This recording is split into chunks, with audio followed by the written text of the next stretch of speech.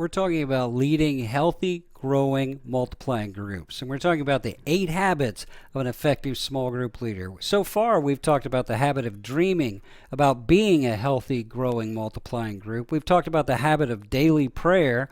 We've talked about the habit of weekly inviting new people. We've talked about the habit of weekly contacting of the people that are already in your group. We've talked about preparing for the session itself. We've talked about the power of multiplication and the tool of mentoring. And now today we want to talk about the power of fellowship. If you want your group to become everything that it can be, don't underestimate the power of fellowship. God made us social beings as humans, and as social beings, there is something that happens inside of us when we get together with others in a social setting, not just a teaching setting, but a social setting, a fun setting, a setting where there's opportunity for casual fellowship. So fellowship is extremely important to a group.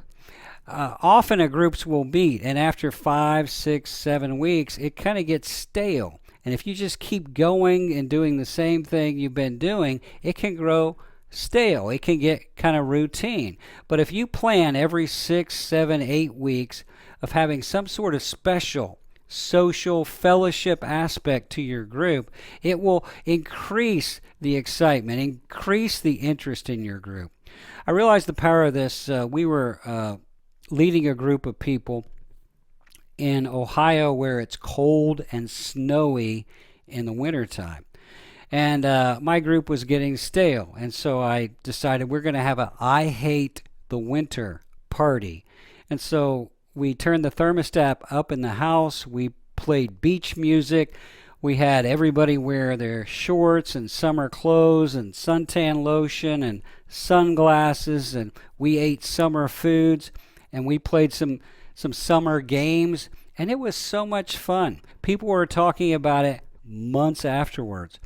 It was interesting. As we built up to that event, more and more people on the edges of our group got involved, and our group attendance increased for that event and then stayed high because people felt like our group was so much fun. They started inviting more people to the group because they felt like it was a fun place to be. Not just a serious place, but also a fun place to be. So it is a very powerful about increasing interest. It's also a great way to attract new people. Maybe they're not going to come to a regular group meeting, but they'll come to a dinner. They'll come to a party. They'll come to a fellowship activity. We got to where our Hate Winter parties, we started doing it with high school kids, and we would have 10, 20, 30 new kids come just to participate in the I Hate Winter party.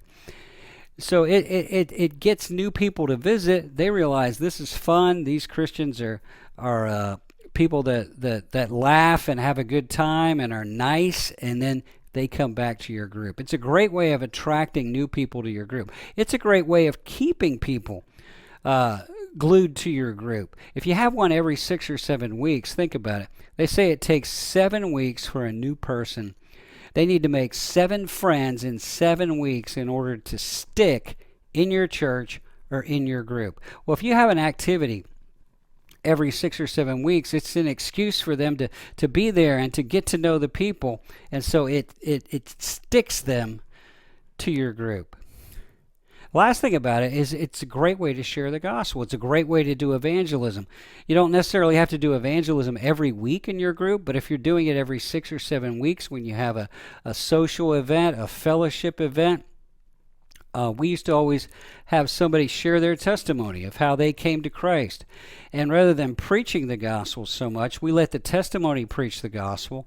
With high school kids, I would always give an invitation, and we always, every 6 weeks, we would have an event, and every 6 weeks we'd see 2, 3, 4, 5, 6, 7, 8 high school students give their life to Jesus Christ based on the testimonies they had heard, and then me giving an invitation for them to respond. So it's a powerful thing.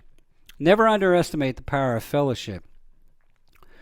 Now, let me tell you how to make it effective. One, plan ahead of time. Don't just decide the night of that you're going to do this. Plan 4, 5, 6 weeks ahead of time. Get people talking about it. Have people do different aspects of it. Plan ahead of time. Plan well. So plan ahead of time. Second, be praying for it. Be every week in your group. Be praying for this next social event. Who are you going to bring? Who's going to come? It's a great way to get family members that would never go to the group to go to this social event, and now they get connected to the group. We always have guests. We always have a bigger attendance when we have a social event as part of our small group. Third thing I suggest, maybe instead of doing it a separate night or a separate time, you just do it part of your small group. What I like to do is take that first half an hour, 45 minutes, and make that the social event, the party, and have special food and games and things that relate to that. And then the last 30 minutes, 45 minutes, an hour that we're together, we do what we normally do in a group time and shrink it all down. And so it's the event gets combined with our group, so the people that are coming for the event also get a taste of the small group, and they know what they're coming into, and it's very, very effective. I also suggest that you never underestimate the power of food. Food is a powerful thing. If you just have a meeting with a group without food, it feels like a meeting. But if you have a group with food, it feels more like a party, a social event. So use food. Use different types of food. Have different people bring the food.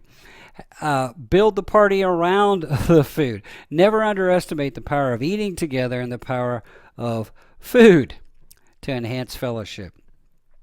Last thing I want to say is share the gospel. Look for ways, using testimonies, using a short video, ways of sharing the gospel with the people that are there. Not directly in your face as much, but subtle ways to share the death, the burial, the resurrection of Jesus Christ for our sins and how it changes people's lives. It's a powerful thing when they hear the testimony of somebody who came to the group, developed friends, heard the gospel, got saved, and their life got changed. Take advantage of that.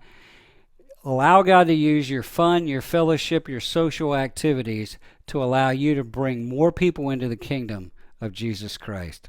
Never underestimate the power of fellowship.